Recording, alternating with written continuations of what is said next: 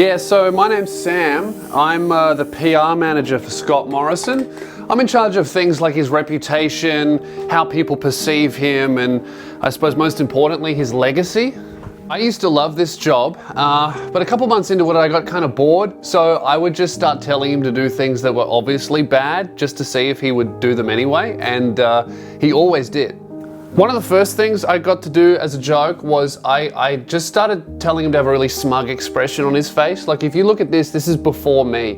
A smile, not super hot, but like normal smile. I started getting him to make this face because I said it made him look smart, but it's just like obscenely unlikable. Oh, another little one was when he was elected, he asked me if he should change the way that he speaks, and I told him that the average Australian is really dumb, so he has to like talk down to them. And to be fair, in his defense, he kind of thought that already, so I didn't really trick him. I just kind of like confirmed that idea in his mind. And now if you watch him, he just talks down to everyone, especially women. And it just is so funny to me that I've just made him so unlikable. It's a little bit of a prank I've been pulling for a while now. So yeah, I did that, and I was going to stop, to be honest, but then they had me booking his holidays. I think it's a girl who used to do it quit for, well, heaps of reasons. So I was annoyed by that, so I decided to send him on a holiday, like his whole family, on a holiday to Hawaii during the bushfire season as like a bit of a prank. That was really funny. Me and the boys were laughing. You know, I actually remember the day of the flight, he texts me and he goes, "Sammy, is this a good idea, me leaving during bushfire season?" And I wrote back, like just to see how far I could go with this. I go, "Scott, if there's one thing Australians hate more than being burned alive, it's going to work." And he believed me, and I think he believed me so much that he almost went a bit too far with that if you look at his COVID response. This guy texts me ideas sometimes. Yeah, so after the whole holiday thing, Scott was really annoyed with me, and he goes, "How are we gonna fix this?" So I was like, fuck it, all you gotta do, you know, just to see like what he would actually do, I just go, "Oh, all you need to do to fix this is like post photos of you like building a chicken coop." I'm just making shit up. And then he did it. Like, look at this. He just posted all these photos on Facebook thinking that it would fix everything. And I think this is when I realized that he was an idiot.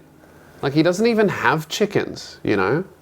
What else did I get him to do? Oh, well, after the bushfires, I actually asked for a raise because he thought I was doing a good job. And he said no. So I thought, well, fuck this guy. I told him to go to like the most affected towns, which is like a really bad look. You know, the guy who left just standing in a devastated town. And he goes, "Oh, what if like the people who live there are like really angry at me?" So I go, get this, can't believe you did it. I go, "Oh, if someone's annoyed at you or angry, just like force them to shake your hand."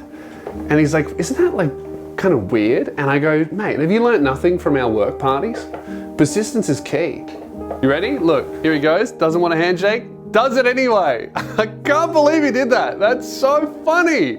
Man, look, it ruined that guy's day. That makes him look terrible.